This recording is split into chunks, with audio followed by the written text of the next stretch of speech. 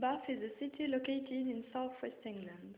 It was founded in the 1st century AD by the Romans, who used the natural hot spring as a thermal spa. In the 18th century, under the reigns of George I, the II, and the III, it developed into an elegant spa city. There are still many Georgian buildings in Bath. For example, we have seen the Royal Crescent, which is a row of 30 terraced houses forming a crescent. The presence of Ionic columns proves that it is a question of the Palladian architecture, which is typical of the Georgian period. I'd like to talk about one specific place of this city that we have visited, the Roman Baths. First of all, we are going to study the history of this site.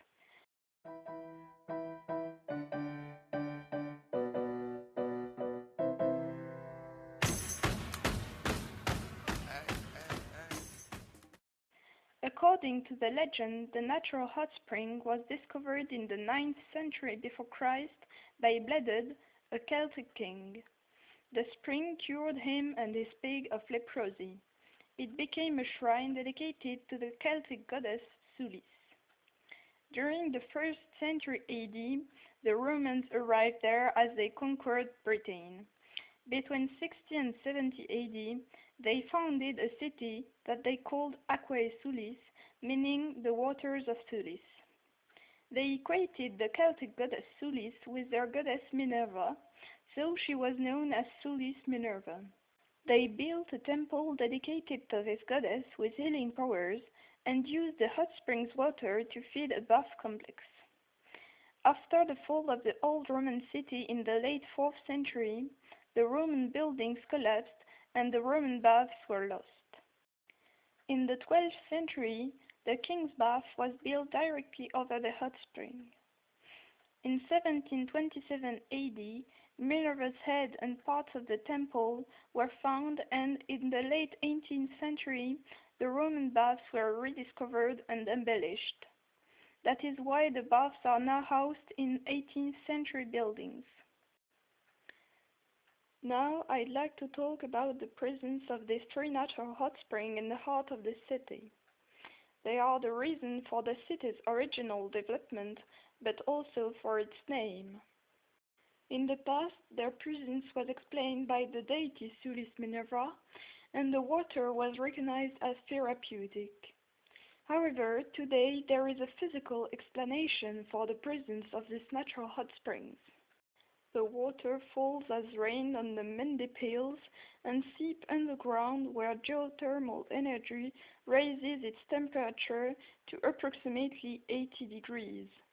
Then, under pressure, this hot water rises to the surface along a geological fault.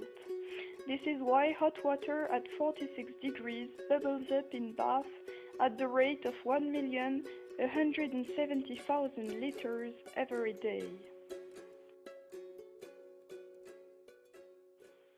However, the religious side was very important, and we are going to study this aspect now. Sulis Minerva was a goddess with healing powers who was worshipped in Bath. The Romans built a temple at the springs in honor of Sulis. It housed the cult statue of the goddess. The gilt bronze head of this statue is on display in the museum.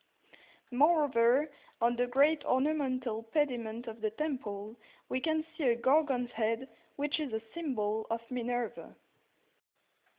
The Romans also constructed a great altar and a reservoir for the sacred springs water. Furthermore, Sulis was not only venerated as a cure deity, but also as a goddess of justice, and we can see many curse tablets in the museum. They were addressed to Sulis and thrown in the sacred spring in order the goddess to punish the perpetrators of the crimes. Today, some of these tablets are on display in the museum. To finish, I'd like to present the baths complex. Here is a map.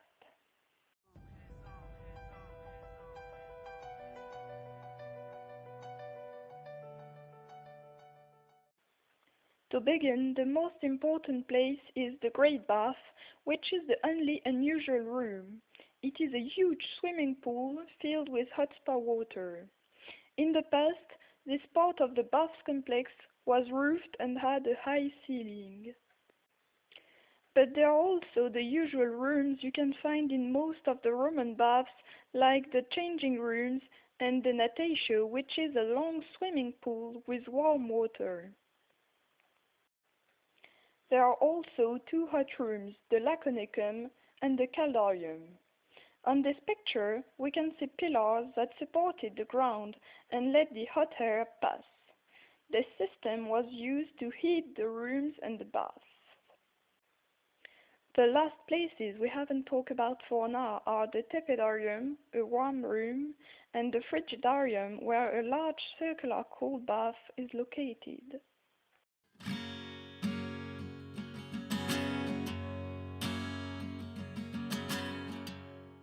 I enjoyed this visit because the baths complex was well preserved and there were many artifacts on display in the museum so that we could realize what life was like in the Roman time.